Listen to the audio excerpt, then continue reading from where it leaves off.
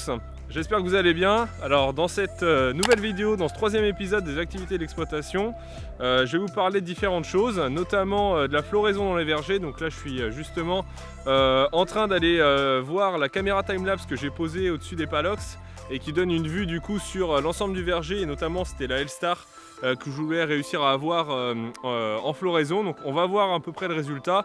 Bon, je sais pas trop ce que ça va rendre, donc on va bien voir. Et puis là on se retrouve, il y a les genisses qui ont été déplacées la semaine dernière dans cette parcelle dans la prairie qui est juste là, avec le deuxième lot qu'on voit au fond là-bas, avec le taureau jacadi qu'on avait vu dans la première vidéo. Donc ici les genisses qu'on a ramenées donc, cette semaine, enfin la semaine dernière, elles ont environ 12 mois. Donc c'est un des lots qu'on a. Autrement, dans cette vidéo, je vais vous présenter donc la floraison, comme je le disais, donc avec la caméra timelapse, et ce qu'on a pu faire comme intervention sur le verger, avec notamment de l'éclaircissage mécanique, donc avec une machine qui s'appelle la Darwin. Donc je vais vous expliquer tout ça. Ensuite, on a fait notamment du surgreffage. Donc du surgreffage, ça consiste en quoi? À mettre justement, à changer, on va dire, de variété sur un arbre. Donc je vous explique encore une fois tout ça. Autrement, d'autres activités comme de l'épandage d'engrais organiques, et puis autrement de la fauche et de l'ensilage avec l'entreprise Daisy West, pardon, qui est venue du coup ensiler le trèfle en pur qu'on avait sur la parcelle au-dessus de celle qu'on a semée dans la première vidéo. Bon, voilà pour je dirais l'introduction de cette vidéo, et maintenant du coup place aux images et aux différentes interventions. N'oubliez pas d'aimer, de partager, et puis de marquer un commentaire si la vidéo vous a plu. Allez, bonne vidéo, merci.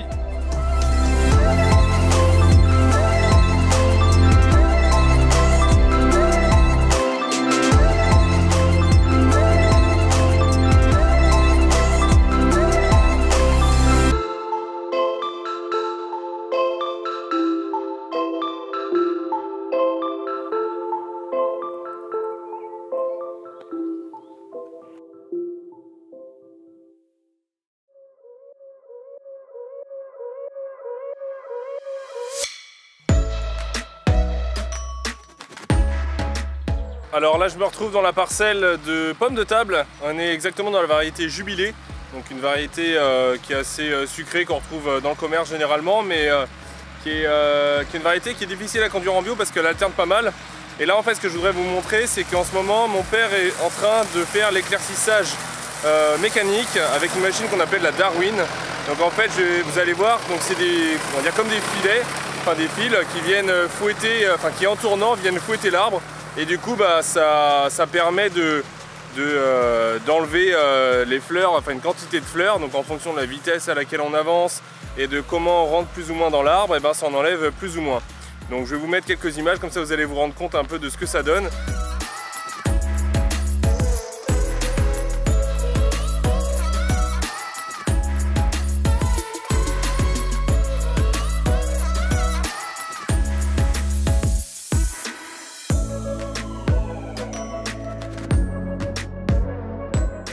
Donc là également, juste pour vous montrer un petit peu à quelle période on en est, à quel stade on en est dans la floraison. Donc en fait, on est sorti de bouton rose, donc comme je disais, il y a 2 jours. Et donc pour vous montrer,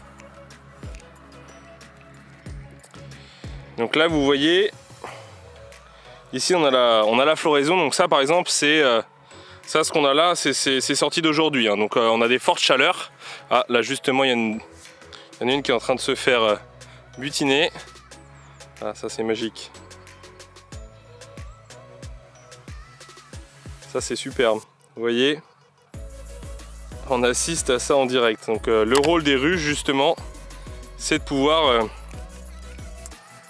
justement faire la pollinisation correctement du verger.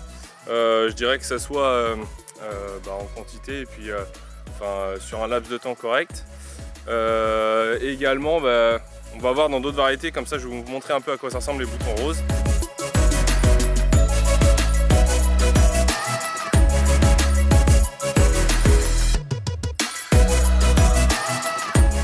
Alors pour vous montrer en fait les différents stades de floraison, donc en fait on a le stade bouton rose.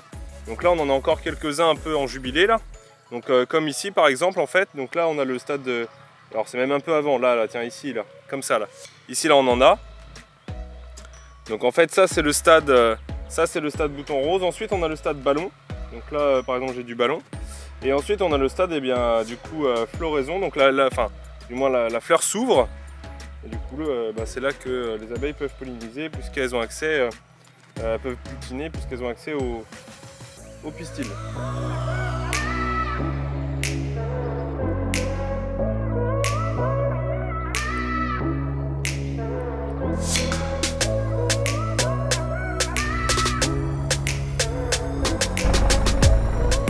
Alors là, on est dans la parcelle où il y a du trèfle, donc le trèfle, la légumineuse, et donc mon père est en train de faire l'épandage de soufre. Le soufre en fait ça va permettre au trèfle de mieux assimiler l'azote. Comme on n'a pas le droit en fait d'épandre de l'azote sur du trèfle, enfin sur une légumineuse, pour favoriser son assimilation, eh bien on va venir mettre du soufre justement. Donc là on épand un produit donc homologué en bio bien sûr, à 40 kg hectare. Donc c'est pour ça qu'il va relativement vite pour que l'épandeur, eh ben, en termes de débit, il puisse descendre à la dose qu'on souhaite en fait, tout simplement. Donc là on est plutôt content parce que c'est du trèfle en pur qu'on avait semé l'année dernière, donc en 2019. Et on a dû faire 3 fauches l'année dernière. Et là du coup il est relativement propre et il est assez haut, il est beau, on est content.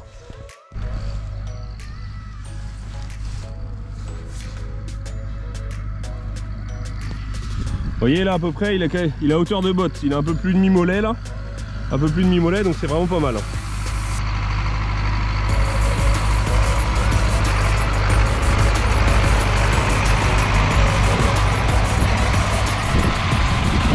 Alors je fais un petit arrêt sur les ruches, donc là au total il y a 20 ruches, donc depuis la première présentation Ludovic et son collègue, donc les apiculteurs qui s'occupent de l'entretien des ruches, sont repassés pour remettre des rhéos, notamment sur plusieurs qui étaient très développés, où il y avait beaucoup d'activités.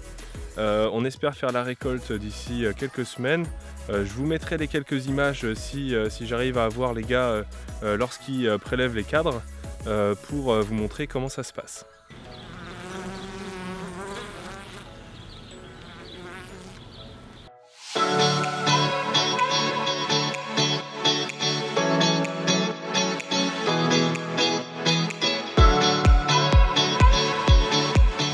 Alors je me retrouve dans la parcelle de trèfle de 4,5 hectares où on a la Copédum, donc la société de déshydratation qui est justement en train de faucher la parcelle. Derrière un endaineur va venir et ensuite l'ensileuse après quelques jours de séchage.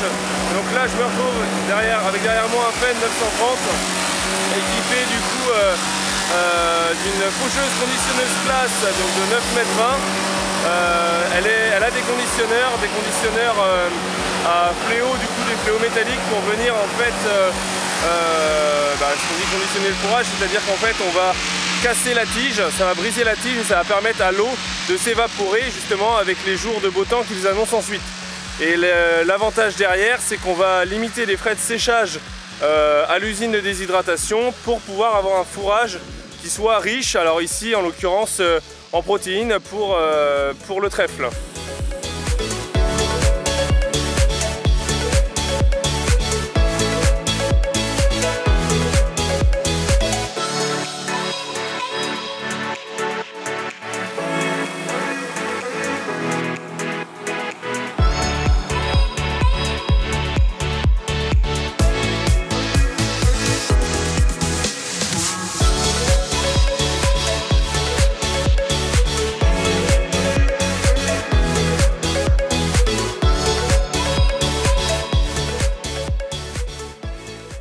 Donc on se retrouve sur la parcelle de Grani, donc la parcelle qui est juste en face du distributeur à la ferme. On est en plein surgreffage, donc mon père, mon oncle et Sébastien sont après ça. Donc Sébastien est en train de tronçonner et de faire du coup les entailles dans les arbres pour pouvoir surgreffer. Donc vous allez voir, il y a deux méthodes de surgreffage. Il y a la méthode de couronne à plat et la méthode également en cale. Donc je vais vous expliquer ça juste après. Donc ce qu'on est en train de faire, c'est pourquoi on surgreffe? Parce que donc le verger a été planté en Grani en 2008 et en fait ce qui se passe c'est qu'on n'arrive pas à sortir, je dirais, à la fois le rendement qu'on souhaitait et puis également la variété qui est plus forcément adaptée à ce que demande le consommateur et enfin à nos clients. Et du coup, ce qu'on fait, c'est qu'on va mettre une variété qui s'appelle la Akan. Donc c'est une variété de début de saison qui est assez croquante et assez fruitée. Et donc là, il y a déjà eu des rangs de surgreffés les autres années avec d'autres variétés sur cette parcelle. Et donc là, on a fait 2 rangs et demi de cette nouvelle variété. Donc je vais vous expliquer comment ça se passe en images.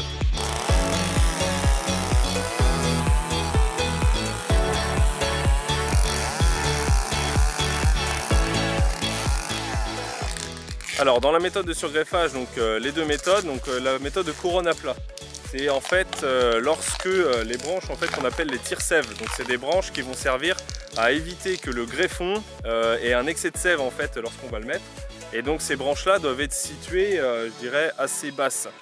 Lorsque les branches en fait sont trop hautes là, comme on a sur ce plan là, et bien en fait on va faire une entaille dans le pommier et c'est ce qu'on va appeler donc du surgreffage en cale.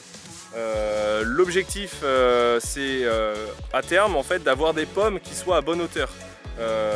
Si on ne fait pas tout le surgreffage en couronne à plat, ce qui serait plus simple, c'est bien justement pour avoir des pommes à hauteur, et donc c'est pour ça qu'on fait des entailles donc avec la méthode en cale.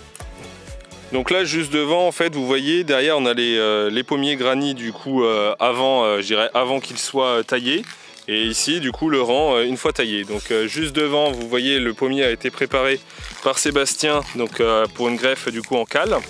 Avec du coup une entaille, donc on voit à peu près à 50 cm du sol, et du coup des branches en hauteur qui sont conservées et qui vont donc servir en ce qu'on appelle en tire-sève. Donc voilà un peu on va dire le avant-après. Alors pour la partie greffage, je vais laisser expliquer mon père parce que comme c'est lui qui fait, il va mieux savoir expliquer que moi, et à mon avis ça va être plus clair. Le bois d'un an qui a été mis de côté en plein hiver en janvier au frais dans du papier humide. Je l'ai sorti tout à l'heure. Nous sommes au 24 avril, je taille d'un seul coup si possible la baguette, je laisse 2 yeux de sortie, je casse, je fais une deuxième entaille et une troisième très courte, j'ouvre l'écorce et je descends la baguette qui se tient par l'écorce en pleine sève. Deuxième baguette, une seule entaille, 2 yeux de sortie, la longueur, deuxième entaille à 60 degrés, troisième très courte, j'ouvre l'écorce, j'introduis la baguette, je la laisse filer. C'est la jonction entre les 2 écorces qui fera le passage de la sève, la circulation et la prise effective de ce greffon. Puis reste le scotch à mettre et la colle.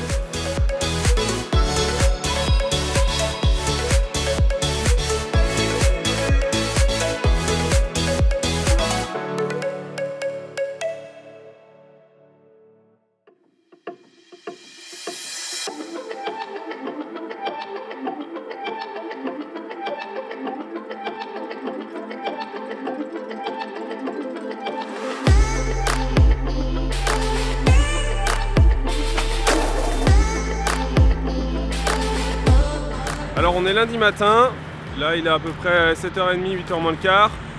La Copédum est arrivée sur les coups de 7h15 à peu près dans la parcelle. Ils commencent leur journée par notre parcelle puisque c'était une des plus proches de l'usine, et c'était du trèfle et ensuite c'est de la luzerne. Donc là la parcelle, il y a déjà un premier camion qui est parti, il a fait les tours et puis il avait commencé à faire quelques longueurs, et du coup là on attend le deuxième camion. Donc c'est pas mal parce que ça veut dire que ça fait du rendement un petit peu. Donc je sais pas à peu près à combien on peut s'attendre en tonnage de matière sèche, mais on verra le résultat une fois qu'on ira chercher les bouchons, puisque du coup comme c'est du trèfle pur, ça va finir en bouchon pour mettre dans le robot d'alimentation pour les vaches laitières chez notre collègue pour qui on élève les genisses, parce que comme ça va lui faire son granulé en fait. Son apport de complément quoi. Comme du coup la luzerne étant va ramener de la protéine du coup dans la ration, donc c'est ça qui va être intéressant avec cette légumineuse.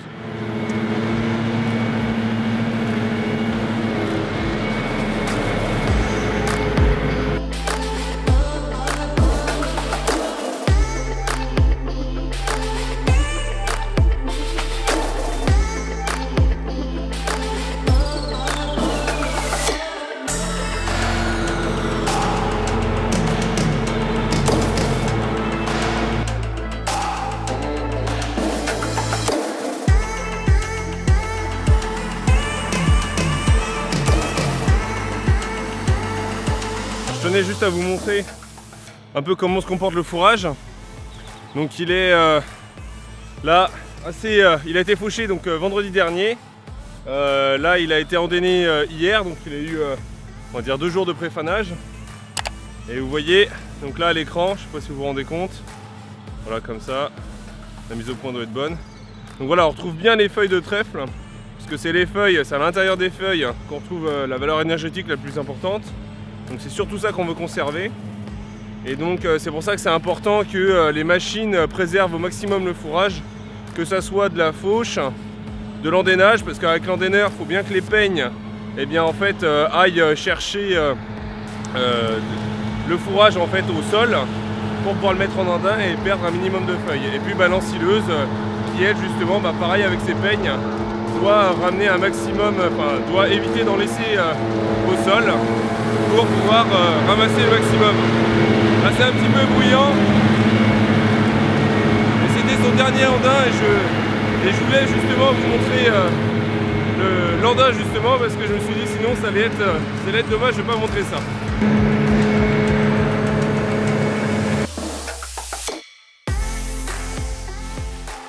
Alors je termine cette vidéo sous les gouttes et puis en présence de Rebelle, notre nouveau-né. C'est une femelle qui a vu le jour il y a quelques semaines sur l'exploitation. Donc là, elle est avec sa mère, hein, elle va pas avec l'autre parce que l'autre c'est pareil, elle va mettre bas d'ici peu. J'espère qu'en tout cas cette vidéo vous a plu. La semaine prochaine, j'espère avoir l'occasion de filmer du coup le déplacement du poulailler mobile, puisque normalement on a prévu de le faire la semaine prochaine. On n'avait pas encore eu le temps et puis en plus de ça, c'est que l'herbe n'avait pas encore assez évolué parce que à cause, on n'avait pas eu assez de pluie. Donc là, ça va être l'occasion de le déplacer. Donc je vous donne rendez-vous la semaine prochaine.